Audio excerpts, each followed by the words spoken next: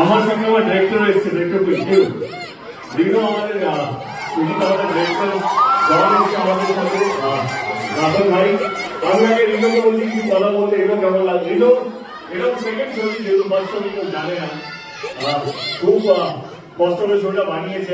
I think Bangla ছবির একটা নতুন একটা ডিরেক্টর তৈরি হলো এবং আমার বিশ্বাস কেউ অনেক দূর যাবে এবং বাংলা ছবিকে নিয়ে অনেক দূর এগিয়ে যাবে।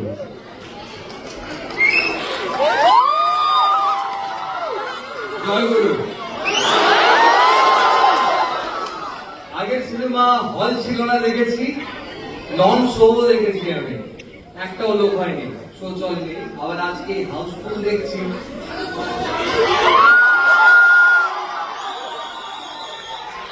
বাংলা সিনেমা আপনাদের মতো দর্শক থাকলে এরকম হাউসফুল হওয়ার মতো সিনেমা আরো তৈরি হবে।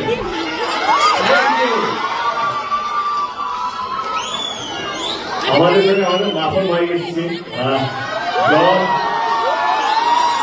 খুব ট্যালেন্টেড, খুব হার্ড ওয়ার্কিং একটা ছেলে। আমার মনে হয় যে এই ছবিতে জনের জায়গায় ভুল করতাম যদি অন্য কাউকে নিতাম বা ভুল সিদ্ধান্ত হতো, আমরা জন ওই মাখন জায়গাটা উঠিয়ে দিয়েছি। জন প্লিজ। না না না না না, ফিল্ম হবে তো রোমান্টিক ফিল্মই হবে।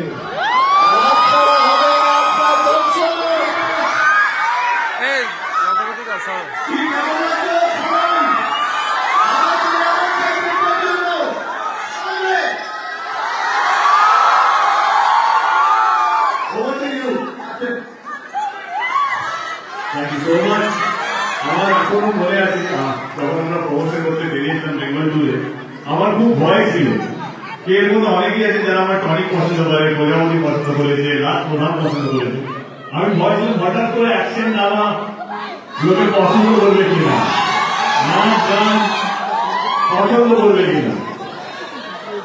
কিন্তু যেভাবে আপনারা ভালোবাসা দিয়েছেন গত 7-8 দিন এগুলো ভাবতেই হচ্ছে শুধু ফ্যামিলি যাওয়া মাঝে মাঝে অ্যাকশন ফিরে আসতেই হবে।